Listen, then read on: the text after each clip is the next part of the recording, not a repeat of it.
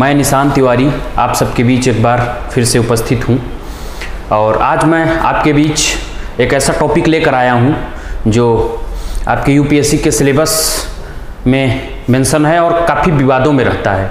इस टॉपिक को लेकर बीच बीच में करंट अपडेट्स आते रहते हैं, जैसे सुप्रीम कोर्ट का कोई ऑर्डर हो गया या कोई सुर्खियों में रहा मामला हो गया। तो मैंने सोचा कि इस पर आपको डिटेल से एनालिसिस करके उस टॉपिक के बारे में बता दिया जाए। तो आज का मेरा जो टॉपिक है वो है एंटी डिफेक्शन लॉ, दल बदल कानून। ये चर्चा में हमेशा रहता है। आप देखते होंगे महाराष्ट्र में, मध्य प्रदेश में या पूर्वोत्तर के कुछ राज्यों में सरकार बदलती रहती है और सरकार बदलने के पीछे जो कारण होता है वो कारण होता है कि जो विधायक हैं या जो संसद सदस्य होते हैं वो दल बदल करते हैं और दल बदल की वजह से जो है सरकारें गिरती हैं, दूसरी सरकारें बनती हैं। तो आखिर ये क्या है दल बदल कानून, क्यों लाया गया? दल बदल कानून से अर्थ है कि दल और परिवर्तन के लिए जो भी प्रक्रिया है उस पर कानून बना दिया गया है, यानी उस प्रक्रिया से असंतुष्टि रही होगी, कुछ कारण रहा होगा, इसलिए लगा कि दल बदल पर जो है कानून बनाया जाना चाहिए, तो कानून बनाया गया। तो मामला दरअसल ये था कि कलकत्ता उच्च न्यायालय ने पश्चिम बंगाल का जो विधानसभा का सेशन था उसके जो अध्यक्ष थे उन्होंने दल बदल मामले पर निर्धारित समय सीमा के भीतर कोई फैसला नहीं लिया था। तो उच्च न्यायालय ने आदेश दिया कि आप एक निर्धारित समय सीमा के भीतर फैसला लीजिए कानून पर। तो निर्धारित समय के भीतर फैसला लेने का क्या कारण है, क्यों नहीं लिया जाता, इस पर भी हम लोग बात करेंगे। सबसे पहले जानते हैं कि दल बदल है क्या। तो देखिए, दल बदल मुख्यतः यह है कि जब एक राजनीतिक दल का सदस्य किसी दूसरे राजनीतिक दल में शामिल होता है तो वह दल बदल होता है। आजकल इसके लिए हॉर्स ट्रेडिंग शब्द का भी उपयोग किया जाने लगा है। तो ये दल बदल है और दल बदल शब्द मुख्यतः पहचाना जाता है एक व्यक्ति जो हरियाणा के हैं, हरियाणा के एमएलए थे गयालाल। इसकी वजह से इन्हें आयाराम और गयाराम भी कहा जाता है। आयाराम गयाराम।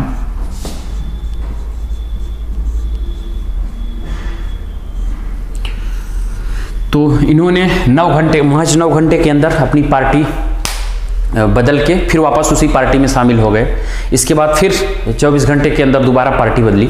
यानी इन्होंने इतनी बार पार्टी बदली कि मीडिया का जो सेशन था या संवाददाता सम्मेलन था उसमें जब ये मूल पार्टी में वापस लौटे तो फिर इनको कहा गया कि आयाराम, गयाराम अब आयाराम हो गया है। इसके बाद वाईवी चौहान जो उस समय गृह मंत्री थे, संसद में एक स्टेटमेंट दिया, एक जुमला चल पड़ा आयाराम गयाराम का। तो भारतीय राजनीति में अगर कोई ज़्यादा दल बदल करता है या ज़्यादा घटनाएं होती हैं तो आयाराम गयाराम शब्द का उल्लेख आपको सुनने को मिलता रहता है। तो ये आयाराम गयाराम वाला मामला था।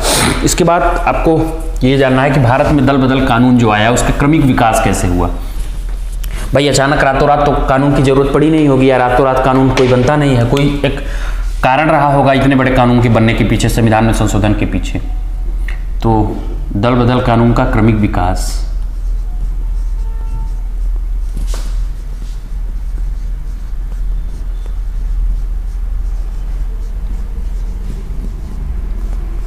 क्रमिक विकास इसका कैसे हुआ, यानी ये कानून अस्तित्व में आया तो कैसे आया। तो सबसे पहले 1967 से पहले आपको पता होगा कि भारत में दल बदल के लगभग 1967 दल बदल के 500 मामले सामने आए, 500 से अधिक, 500 प्लस मामले सामने आए। यानी जब कानून नहीं था तो दल बदल पर कोई रोक नहीं थी और दल बदल के मामले हमेशा सामने आते थे। इसके बाद 1967 से और 1972 के बीच कम से कम जो टोटल विधायक थे, आधे से अधिक विधायकों ने, भारत के सभी राज्यों की विधानसभा में आधे से अधिक विधायकों ने दल बदल किया। एमएलए या विधायकों ने दल बदल किया। यानी आप देख रहे हैं कि मासेस लेवल पर एक बहुत बड़ी संख्या में दल बदल हो रहा था। अब चूंकि अगर जब समस्या है तो उसको सॉल्व करना भी जरूरी है। तो इसके लिए 1968 में वाईवी चौहान जो होम मिनिस्टर थे, होम मिनिस्टर यानी गृह मंत्री, उनकी अध्यक्षता में एक समिति बनी और इस समिति का मुख्य काम यह था कि ये देखना कि जो दल बदल की समस्या है उसका विस्तार से अध्ययन करना और उसके लिए एक निवारक उपाय सुझाना। तो उस समिति ने अपना जो है काम किया, लेकिन उस समिति के निष्कर्ष पर 1973 में एक कानून लाया गया, 38वां संविधान संशोधन। 38वां संशोधन, संविधान में संशोधन किया गया। खैर ये संशोधन व्यपगत हो गया, यानी लैप्स हो गया। ये कानून का रूप धारण नहीं कर सका। ये 32वां था, 38वां नहीं, सॉरी, ये 32वां संविधान संशोधन लाया गया था उस समय। खैर ये कानून पारित नहीं हो पाया, तो संशोधन इसमें हो नहीं पाया और ये कानून का रूप ले नहीं पाया। इसके बाद भारत में दल बदल की घटनाएं होती रही और जब अचानक से राजीव गांधी प्रधानमंत्री बने, चूंकि राजीव गांधी का प्रधानमंत्री बनना अचानक ही हुआ, तो राजीव गांधी जब प्रधानमंत्री बने तो उनको उस समय जो निर्वाचन हुआ उसमें 403 सीटें मिली संसद में प्राप्त हुई। अब नए मुख्यमंत्री प्रधानमंत्री बने थे तो इनके मन में डर भी था कि अगर ऐसे दल बदल किया गया तो हमारी सरकार भी गिर सकती है। तो 1985 में 83 में इंदिरा गांधी की मृत्यु के बाद ये प्रधानमंत्री बने थे, 84 के करीब, 84 में चुनाव हुआ था। 1985 में साल भर बाद उन्होंने एक संविधान संशोधन पेश किया, 52वां संविधान संशोधन,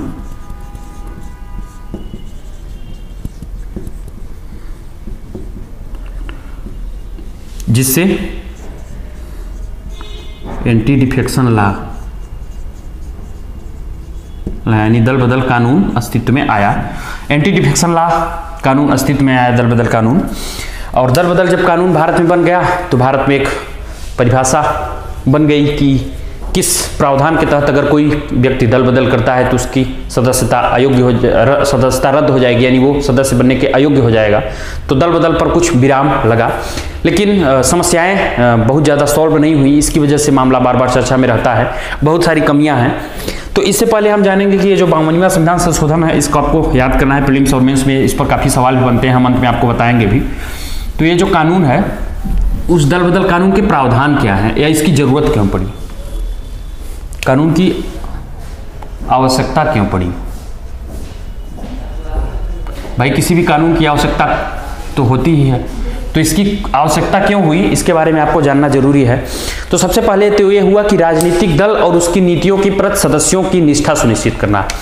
जो हमारे संसद के या राज्य विधानसभा के सदस्य होते हैं तो उनमें जो उस राजनीतिक दल से जुड़ते हैं जिससे भी वो निर्वाचित होते हैं, तो उसके प्रति वो निष्ठा तभी रखेंगे जब उनको किसी दूसरे दल में जाने के लिए कोई कानून हो और कोई अपराध हो।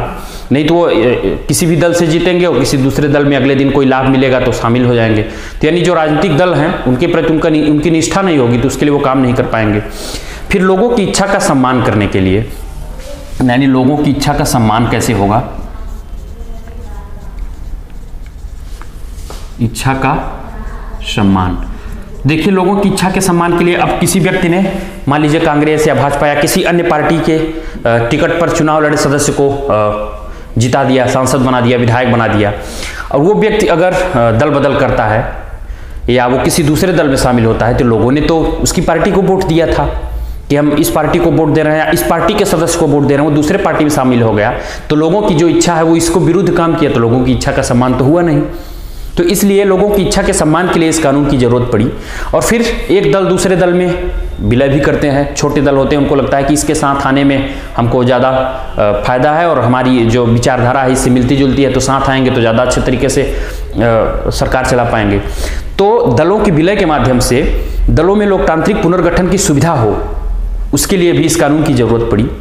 इसके बाद अनियमित रूप से होने वाले चुनावों पर किए जाने वाले गैर विकासात्मक खर्च के लिए, यानी भारत में जब कोई मासेस लेवल पर दल बदल होता है तो सरकारें गिर जाती हैं और दल बदल की और वजह से सरकारें गिरती है तो फिर से चुनाव कराना पड़ता है। तो चुनाव एक ऐसा व्यय है जो इकोनॉमी में आप पढ़ेंगे एक्सपेंडिचर, वो गैर विकासात्मक होता है, यानी उस पर जो खर्च होता है उसका कोई लाभ तो नहीं होता है। खैर एक चुनाव प्रक्रिया होती है, सरकार चलती है उससे, लेकिन ये ऐसा मद है जिसमें खर्च किया गया व्यय कोई उत्पादक कार्य में नहीं होता। जैसे आप अस्पताल बनाएंगे, हॉस्पिटल, बिल्डिंग्स बनाएंगे कोई, या सरकारी भवन बनाएंगे, तो उसका उत्पादक कार्यों में गिना जाएगा उसको, लेकिन इसका उत्पादक कार्यों में गिने जाने का कोई ऐसा लाभ नहीं दिखता है। तो इसको रोकने के लिए, फिर दल बदल संबंधी सांसदों और विधायकों की प्रवृत्ति को नियंत्रित करने के लिए, और राजनीतिक स्थिरता के लिए, राजनीतिक स्थिरता। तो राजनीतिक स्थिरता तो तब होगी जब एक व्यक्ति एक दल में बना रहे। अगर हर दूसरे महीने, तीसरे महीने व्यक्ति दल बदल करेगा तो राजनीतिक स्थिरता की कमी हो जाएगी। तो राजनीतिक स्थिरता के लिए दल बदल कानून की जरूरत पड़ी। अब दल बदल कानून का प्रावधान क्या है, इस पर हम जान लेते हैं कि आखिर दल बदल जब कानून बना तो किसी भी व्यक्ति को दल बदल करने पर अगर अयोग्य ठहराया जाता है तो कौन कौन से वो रीजन हो सकते हैं, कारण हो सकते हैं। तो उसमें सबसे पहले आपको यह जानना जरूरी है कि जो निरर्हता, एक शब्द है निरर्हता, यानी कोई व्यक्ति निम्न कार्य करने पर उस दल का सदस्य या उस सदन का सदस्य बनने के अयोग्य हो जाता है। निरर्हता यानी अयोग्यता। तो यदि वह राजनीतिक दल की अपनी सदस्यता से स्वेच्छा से त्यागपत्र देता है, स्वेच्छा से त्यागपत्र, यानी कोई सदस्य किसी भी राजनीतिक दल से स्वेच्छा से त्यागपत्र दे देता है तो उसकी सदस्यता समाप्त हो जाएगी और वह अपने सदस्यता से, जो राज्य विधानसभा की सदस्यता हो या संसद की सदस्यता हो, वहां से अयोग्य हो जाता है। और दूसरा, यदि वह अपने दल से पहले अनुमति लिए बिना राजनीतिक दल द्वारा जारी किसी निर्देश के खिलाफ सदन में मतदान करता है। मान लीजिए वह अपने दल से कोई परमिशन नहीं लिया, अनुमति नहीं लिया, और कोई संसद में निर्देश जारी कर दिया गया किसी पार्टी द्वारा कि हमको इस निर्देश पर काम करना है। अगर कोई सदस्य उसके विरोध में कार्य करता है, या तो किसी पार्टी के जो व्हिप जारी कर देती है पार्टी, तो उसके खिलाफ मतदान करने के अलावा अगर वह अनुपस्थित भी रहता है तो वो अयोग्य घोषित हो जाएगा। लेकिन अगर 15 दिन के भीतर पार्टी माफ कर दे, माफ कर सकती है, तो सदस्यता उसकी बनी रहेगी। मान लीजिए कोई व्यक्ति सदन में अनुपस्थित है और पार्टी ने व्हिप जारी किया था कि सभी सदस्यों को मतदान में शामिल होना है और इसी पक्ष में मत देना है, और वो व्यक्ति मतदान में शामिल ही नहीं हुआ या किसी और पार्टी की ओर मतदान कर दिया, तो और पार्टी चाहती है कि यह अच्छा व्यक्ति है, इसको हम माफ कर देते हैं, तो उसकी सदस्यता बरकरार रहती है। और इसके बाद नेक्स्ट है कि अगर कोई निर्दलीय सदस्य है, निर्दलीय सदस्य, मान लीजिए कोई निर्दलीय सदस्य है, इंडिपेंडेंट उम्मीदवार, और वो राजनीतिक दल का चुनाव लड़ता है, एमपी या एमएलए हो जाता है, और वो किसी राजनीतिक पार्टी में शामिल होना चाहता है, तो वो राजनीतिक पार्टी में शामिल नहीं हो सकता है। अगर वो शामिल हुआ तो उसकी सदस्यता समाप्त हो जाती है। इसके बाद एक प्रावधान आता है नाम निर्देशित सदस्य, नॉमिनेटेड।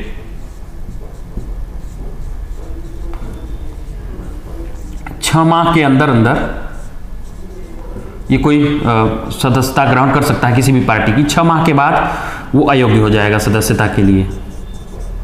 तो वो 6 माह के बाद अगर किसी राजनीतिक दल की सदस्यता, जैसे वो जब नाम निर्देशित हुआ तो 6 माह के बाद, 6 माह बीत जाने के बाद अगर किसी राजनीतिक दल की सदस्यता ग्रहण करता है तो उसकी जो संसद की या राज्य विधानसभा की सदस्यता है वो उसके लिए वो निरर्ह हो जाएगा या अयोग्य हो जाएगा। तो ये ढेर सारे मामले थे जिसके तहत आपने देखा होगा कि निरर्हता मानी जाती है। अब आप लोगों को जब आप न्यूज़ पेपर्स पर या टीवी पर देखते होंगे बहुत सारी चीज़ें, तो आपको एक चीज़ पता चलती होगी कि आजकल निरर्हता का बहुत ज़्यादा विस्तार हो गया है और कानून के लूप होल्स का उपयोग करके सरकारों ने अब विधायकों से इस्तीफा दिलवाना शुरू किया है। जैसे आपने एमपी या अन्य राज्यों में देखा होगा कि विधायक क्या करते हैं, इस्तीफा दे देते हैं। वो अपने संसद सदस्य या विधानसभा सदस्य पद से इस्तीफा देते हैं और दूसरे पार्टी में शामिल हो जाते हैं और फिर उसी पार्टी के टिकट से चुनाव लड़के जीत जाते हैं। तो इससे सरकारें अल्पमत में हो जाती हैं। तो इन सारी समस्याओं को सॉल्व करने के लिए इसमें सुधार की भी जरूरत है, उस पर भी हम बात करेंगे। इससे पहले हम बात करते हैं अपवाद क्या है निरर्हता की। निरर्हता, जो निरर्हता है उसका कुछ अपवाद है कि अगर कोई दल विलय करता है दूसरे दल में, अगर कोई दल दूसरे दल में विलय करना चाहता है तो 2/3 मेजोरिटी यानी 2/3 हिस्सा विधानसभा या जो विधायिका है, विधायिका का 2/3 सदस्य संख्या, चाहे वो राज्य विधानमंडल हो या संसद हो, विधायिका का 2/3 अगर उस पार्टी में शामिल होता है तो उस पर एंटी डिफेक्शन लॉ नहीं होगा। मान लीजिए कोई एक पार्टी है, उसके 2/3 सदस्य विधानसभा या लोकसभा के 2/3 सदस्य किसी दूसरे पार्टी में शामिल हो जा रहे हैं पार्टी तोड़ के, तो फिर उस पर यह दल बदल का कानून लागू नहीं होगा। हालांकि पहले यह 1/3 था कि पहले अगर 1/3 सदस्य ही किसी में शामिल हो जाते हैं तो उस पर दल बदल का कानून लागू नहीं होता था। लेकिन 2003 में 91 अमेंडमेंट यानी संशोधन विधेयक 91 संशोधन विधेयक द्वारा इसको 2/3 कर दिया गया। यानी पहले 1/3 था, फिर एक संशोधन करके वो 91 संशोधन करके 2/3 कर दिया गया है। तो ये आपको जानना जरूरी है। यानी अगर आपको ऐसा सुनने में आए कि किसी पार्टी के 2/3 सदस्य वर्तमान में, यानी मान लीजिए कि आम आदमी पार्टी के जितने भी सदस्य हैं उसके 2/3 सदस्य भाजपा में जाके शामिल हो जाएं तो उन पर दल बदल का कानून लागू नहीं होगा। 1-2 सदस्य अगर शामिल होंगे तो दल बदल का कानून लागू होगा। पहले 1/3 सदस्य था, अब 2/3 सदस्य हो गया है। ये आपको जानना जरूरी है। इसके बाद आप देखते होंगे कि अध्यक्ष लोकसभा या राज्यसभा का उपसभापति, ये जब अपने पद पर बैठते हैं तो ये सदस्यता, उस दल की सदस्यता का त्याग देते हैं, तो इनकी जो सदस्यता है वो समाप्त नहीं होती है। तो इससे उनको उन्मुक्ति है, यानी अपवाद है कि इनके ऊपर दल बदल का कानून लागू नहीं होता है। इसके बाद अब जब दल बदल का कानून लागू हुआ तो उस पर कोई निर्णय भी लेगा। मान लीजिए कि कोई सदन का सदस्य किसी दूसरे दल में शामिल हो जाता है, तो ये कौन तय करेगा कि इस व्यक्ति को संसद की सदस्यता या विधानमंडल की सदस्यता खत्म होनी चाहिए या बरकरार रहनी चाहिए? कोई तो निर्णय लेगा, किसी के समक्ष तो अर्जी लगाई जानी चाहिए। तो प्राधिकारी जो है वो कौन है? निर्णय लेने वाला प्राधिकारी। तो आपको पता चलेगा कि पीठासीन अधिकारी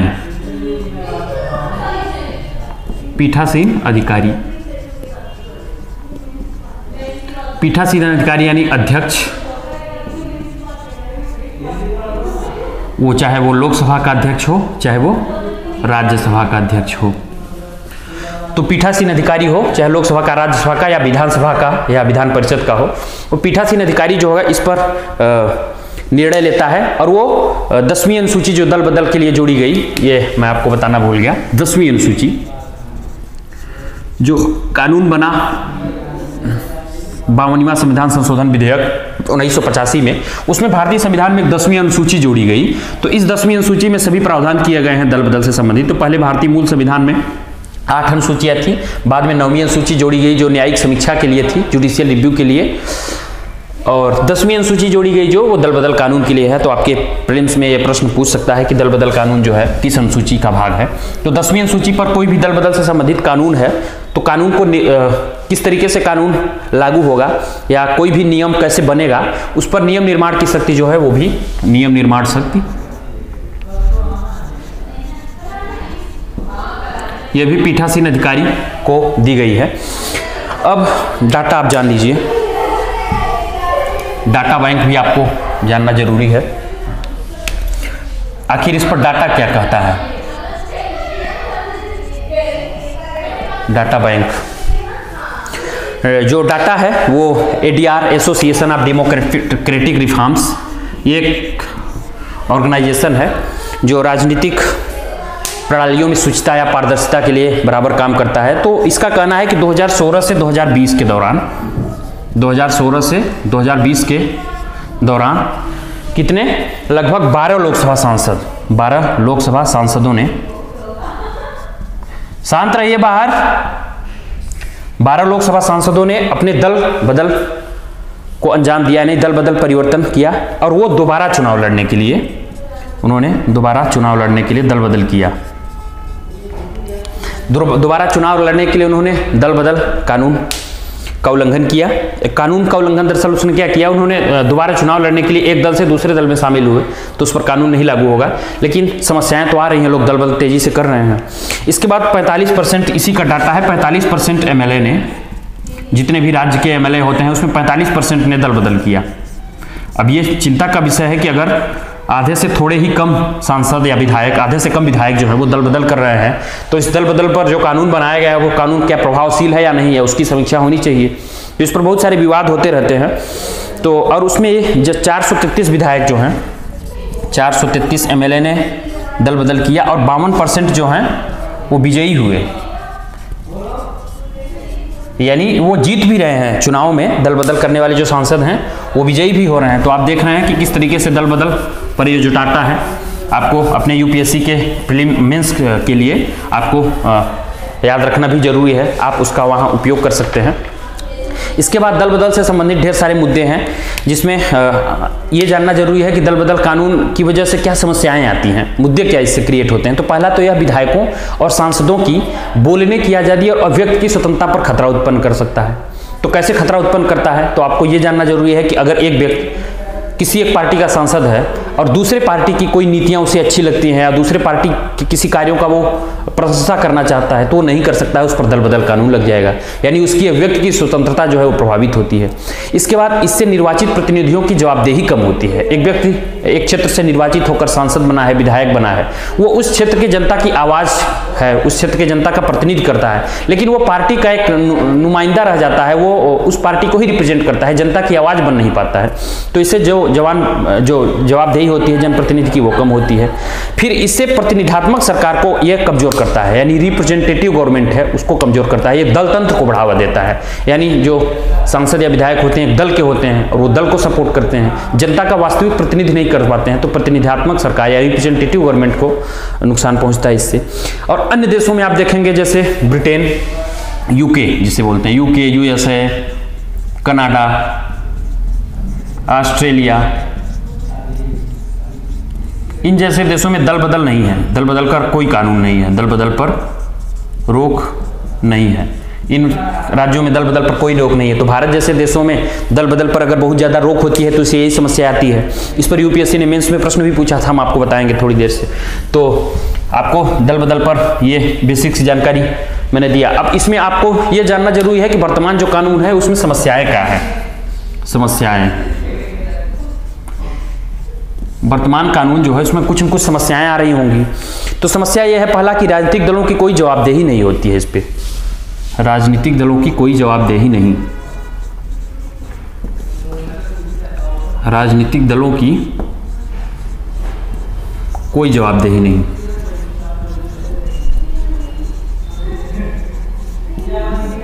जब राजनीतिक दलों की कोई इसमें जवाबदेही नहीं होती, यानी राजनीतिक दल में शामिल जो सदस्य होते हैं उनकी जवाबदेही हो जाती है। राजनीतिक दलों की भी तो कोई जवाबदेही बनानी चाहिए कि अगर दल बदल हो रहा है तो उनकी कोई जवाबदेही हो। फिर इसके बाद विलय से संबंधित समस्या है, विलय का जो प्रावधान है, तो विलय के प्रावधान से संबंधित समस्या, विलय का जो प्रावधान है उससे संबंधित समस्या, इसमें यह है कि कोई कारण नहीं माना जाता कि अगर कोई सांसद या विधायक किसी दूसरे दल में किसी अन्य कारण से शामिल हो रहा है तो उस कारण को आधार बनाया जाए, सदस्य संख्या को आधार बनाया जाता है। मैंने बताया 1/3 या 2/3, मान लीजिए कोई 2/3 सदस्य हैं वो शामिल होते हैं किसी पार्टी में, तो उस पर निरर्हता का कानून या दल बदल का कानून लागू नहीं होता है। तो कारण क्या है, अगर एक पार्टी दूसरे पार्टी से जुड़ रही है सिर्फ सत्ता के प्रलोभन के लिए, तो कारण जरूरी नहीं है, संख्या जरूरी है, इसलिए यह कानून जो है उतना तार्किक नहीं साबित होता है। इसके बाद पीठासीन अधिकारी को जो शक्ति दी गई है इस पर काफी विवाद होता है, और ये मामला जो है संदर्भ भी यही है कि पीठासीन अधिकारी को हाई कोर्ट ने निर्देश दिया है। तो पीठासीन अधिकारी की शक्ति जो है, पीठासीन अधिकारी की शक्ति,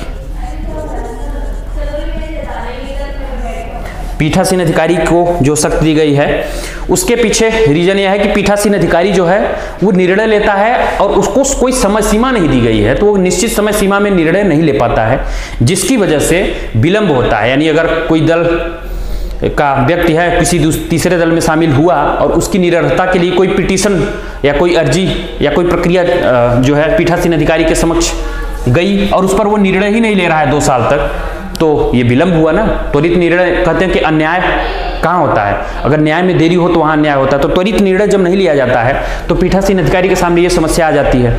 तो यानी पीठासीन अधिकारी को जो शक्ति दी गई है वो सख्त समस्या करती है अधिकांश।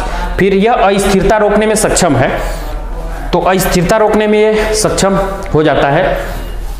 आप देखेंगे अस्थिरता रोकने में सक्षम, यानी कानून बना है इसके बावजूद भी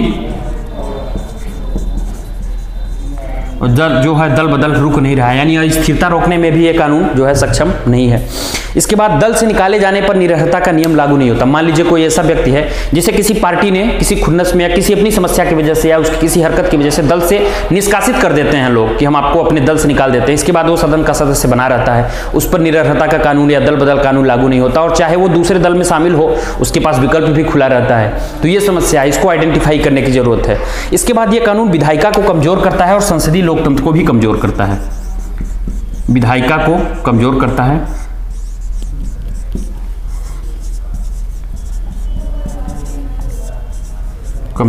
है, संसदीय लोकतंत्र को भी कमजोर करता है। अब कैसे करता है? मैंने आपको बताया, यूपीएससी ने प्रश्न पूछा है, संसदीय लोकतंत्र को कमजोर करता है। यानी जो संसद सदस्य है वो संसद में प्रतिनिधित्व नहीं कर पाता अपना स्वतंत्र रूप से, वो पार्टी की गतिविधियों की वजह से बंधा रहता है। आप अमेरिका में ब्रिटेन में देखेंगे कि वहाँ की दल बदल कानून नहीं है, तो एक व्यक्ति दूसरे दल की अच्छी नीतियों का समर्थन कर सकता है, अपने दल की गलत नीतियों का विरोध कर सकता है, जबकि भारत में ऐसा नहीं है। तो ये समस्याएं ढेर सारी उत्पन्न होती रहती हैं दल बदल कानून को लेकर। अब इस पर सुप्रीम कोर्ट का क्या निर्णय है, इस पर भी आपको थोड़ा सा बेसिक में जानना जरूरी है कि सुप्रीम कोर्ट इस पर कहता क्या है। सुप्रीम कोर्ट का निर्णय क्या है? सुप्रीम कोर्ट ने एक निर्णय दिया कि हो तो होनो हाल का मामला, यानी 1992 में कि हो तो होलोहान, ये 1992 में, यानी जो दल बदल कानून है, कानून पर न्यायिक समीक्षा की शक्ति हो गई। यानी इससे पहले जो अध्यक्ष था वो कोई अगर निर्णय देता था उस पर न्यायिक समीक्षा नहीं होती थी, यानी सुप्रीम कोर्ट में या हाई कोर्ट में वो मामला जाता ही नहीं था।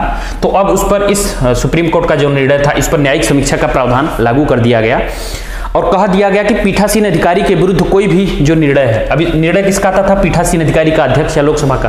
तो पीठासीन अधिकारी है, उसके निर्णय के विरुद्ध आप हाई कोर्ट और सुप्रीम कोर्ट में जा सकते हैं। लेकिन न्यायालय ने एक आदेश दिया था उस समय 1992 में कि अगर कोई व्यक्ति या अगर कोई पीठासीन अधिकारी निर्णय नहीं ले पाता है, आप उसके निर्णय के विरुद्ध तो जा सकते हैं। अगर वो निर्णय नहीं लेता है, विलंब कर रहा है, तो उस निर्णय नहीं लेने तक की स्थिति में सुप्रीम कोर्ट कोई हस्तक्षेप नहीं करेगा। निर्णय लेने के बाद जो वो करेगा।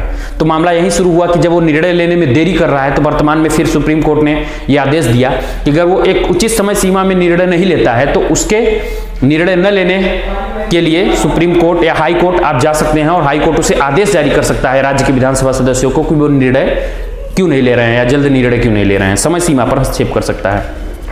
इसके बाद जो हाई कोर्ट या सुप्रीम कोर्ट ने इस पर व्याख्या की, उन्होंने कहा कि स्वेच्छा से सदस्यता छोड़ना, उन्होंने इसको आधार बनाया कि अगर कोई व्यक्ति त्याग पत्र के औपचारिक कारणों का खुलासा नहीं कर सकता है या किसी दूसरे पार्टी के पक्ष में मतदान करता है या उसका प्रचार करता है, अपनी पार्टी का दुष्प्रचार करता है, तो उसे उसका त्याग पत्र ही समझा जाना चाहिए। ये एक आधार था जिस पर सुप्रीम कोर्ट ने बात की। अब इन समस्याओं को दूर करने के लिए कोई उपाय भी तो किया जाना चाहिए। भाई जितनी समस्याएं मैंने बताई, सुप्रीम कोर्ट के निर्णय बताए, उन समस्याओं को दूर करने के लिए कुछ उपाय किए जाने चाहिए। समस्याओं को दूर करने के लिए उपाय,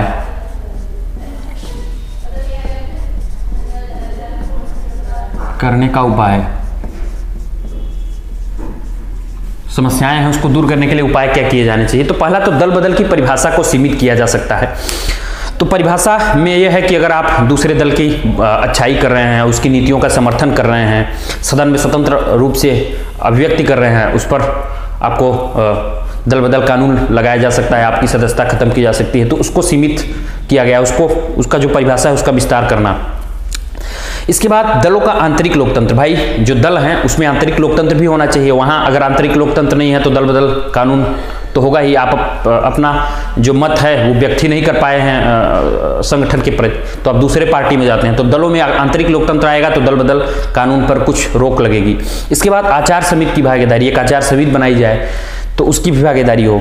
फिर ये जो निर्णायक प्राधिकारी है, इसका मामला बार बार आता है। निर्णायक प्राधिकारी यानी ये जो निर्णय करता है पीठासीन अधिकारी, निर्णायक प्राधिकारी, इस पर क्या सुधार किया जाना चाहिए? तो सेकेंड ARC यानी एडमिनिस्ट्रेटिव, द्वितीय प्रशासनिक सुधार आयोग, एडमिनिस्ट्रेटिव रिफॉर्म कमीशन जो बना था, उसने निर्णायक प्राधिकारी पर कहा कि राष्ट्रपति और राज्यपाल ये निर्णय लें। निर्णय की शक्ति जो है पीठासीन अधिकारी को न देकर राष्ट्रपति और राज्यपाल जो हैं चुनाव आयोग की सलाह पर ये करें। चुनाव आयोग जो है उससे सलाह ले लें और चुनाव आयोग की सलाह पर राष्ट्रपति या राज्यपाल के निर्णय पर यह जो है दल बदल कानून काम करे। पीठासीन अधिकारी जो होते हैं उनसे शक्ति ले लेनी चाहिए, क्योंकि उसका दुरुपयोग किया जाता रहा है। फिर इसके बाद दल बदल को दल का आंतरिक मुद्दा बनाना चाहिए, यानी जो कोई भी व्यक्ति दल बदल करे वो उसका आंतरिक मुद्दा हो, और वही दल बदल कानून को रोकने के लिए प्रयास किए जाने चाहिए। इसके बाद आंतरिक मुद्दा में यह हो कि सदन की सदस्यता बरकरार रहे, सदन की सदस्यता बरकरार रहे।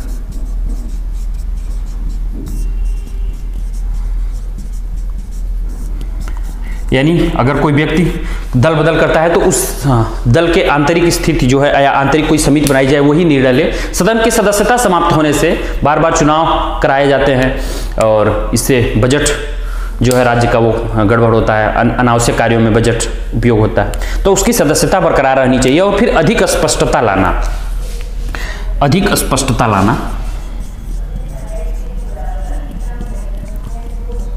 अधिक स्पष्टता लाना। अब अधिक स्पष्टता लाने के लिए आपको क्या कहा जाना चाहिए, क्या किया जाना चाहिए? स्वेच्छा से सदस्यता त्यागने का अर्थ कानून में स्पष्ट रूप से निर्धारित हो। अभी अगर कोई व्यक्ति स्वेच्छा से अपनी सदस्यता त्यागता है तो उसके पीछे रीजन क्या हो सकता है, कानून में उसकी कोई स्पष्ट परिभाषा नहीं दी गई है, और सुप्रीम कोर्ट के पास या हाई कोर्ट के पास ये मामला जाता है तो उसमें इसी मुद्दे पर बार बार विवाद होता है, तो इसको कानून में स्पष्ट रूप से निर्धारित किया जाना चाहिए। तो ये मैंने आपको दल बदल कानून के बारे में बताया। अब हम अपने इस बातचीत के क्रम में अंतिम अंत की ओर बढ़ते हैं और आपको यूपीएससी के वे क्वेश्चन बताते हैं जो यूपीएससी ने पूछा है, और दल बदल कानून पर जो एक दो प्रश्न हैं जो आपको सॉल्व करने हैं इस पूरे वीडियो के आधार पर, आप जो समझ पाए हैं। तो पहला यह है कि दल बदल विरोधी कानून का नेक मकसद सरकारों में स्थिरता लाना है, हालांकि इसे कभी कभी लोकतंत्र की मूल भावना के विरुद्ध भी कहा जाता है। चर्चा कीजिए। यानी वो क्या कह रहा है कि दल बदल विरोधी जो कानून है उसका नेक मकसद तो है कि सरकारों में स्थिरता हो, लेकिन इसे कभी कभी लोकतंत्र की मूल भावना के विरुद्ध भी कह दिया जाता है। उस पर चर्चा करना आपको 150 शब्दों में। इसके बाद नेक्स्ट क्वेश्चन है कि दल बदल की राजनीति को नियंत्रित करने वाले संवैधानिक प्रावधानों की चर्चा करें, क्या ये प्रावधान अपने उद्देश्यों में सफल रहे हैं? ये दो सवाल हैं जो आपके लिए हैं। इसके बाद एक सवाल मैं आपसे चर्चा करूंगा जो यूपीएससी ने पूछा है 2019 में मेंस में, दल बदल पर ही पूछा है। आप उसका उत्तर लिखेंगे तो अगर आपको दल बदल के बारे में पता नहीं होगा तो आप उसके उत्तर तक नहीं पहुंच पाएंगे। तो प्रश्न क्या है कि राष्ट्रीय विधि निर्माता के रूप में एक अकेले संसद सदस्य की भूमिका, राष्ट्रीय विधि निर्माता के रूप में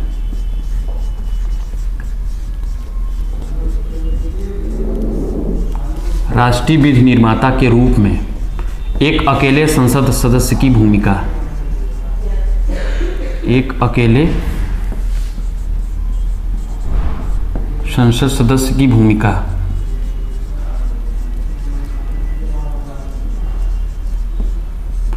प्रश्न इस पर पूछा कि राष्ट्रीय विधि निर्माता के रूप में एक अकेले संसद सदस्य की भूमिका अवनत की ओर है, अवनत की ओर है, यानी कमजोर हो रही है और है, जिसके फलस्वरूप, जिसका परिणाम क्या हो रहा है, वाद विवादों की गूढ़ता और उसके परिणामों पर प्रतिकूल प्रभाव पड़ रहा है। परिणाम क्या हो रहा है इसका कि वाद विवादों की गूढ़ता प्रभावित हो रही है, गूढ़ता प्रभावित।